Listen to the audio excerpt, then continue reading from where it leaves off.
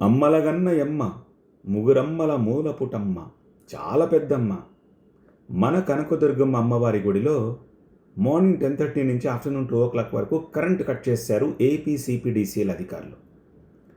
ఎందుకు చేశారంటే 3,08,00,000 రూపాయలు టెంపుల్ మాకు బాకీ పడింది, మమ్మల్ని ఏం చేయమంటారు, అలాంటి డెస్పరేట్ స్టేట్కి తీసుకొచ్చేశారు అని అంటారు. టెంపుల్ని మీరు ఎందుకు కట్టలేదు అంటే వాళ్ళ దగ్గర సమాధానం లేదు.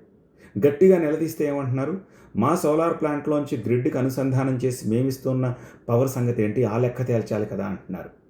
మీకు 1,00,000 ఉండి ఉండొచ్చుగాక, కానీ గుడిలో తీసేస్తారా కరెంటు? అది కూడా అమ్మవారి గుడిలో కరెంటు తీసేస్తారా?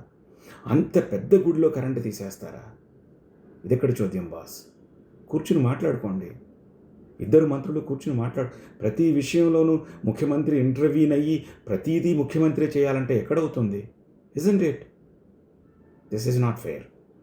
భక్తుల మనోభావాలకు సంబంధించిన విషయం, సెంటిమెంట్కి సంబంధించిన విషయం, ఇది కరెక్ట్ కాదు.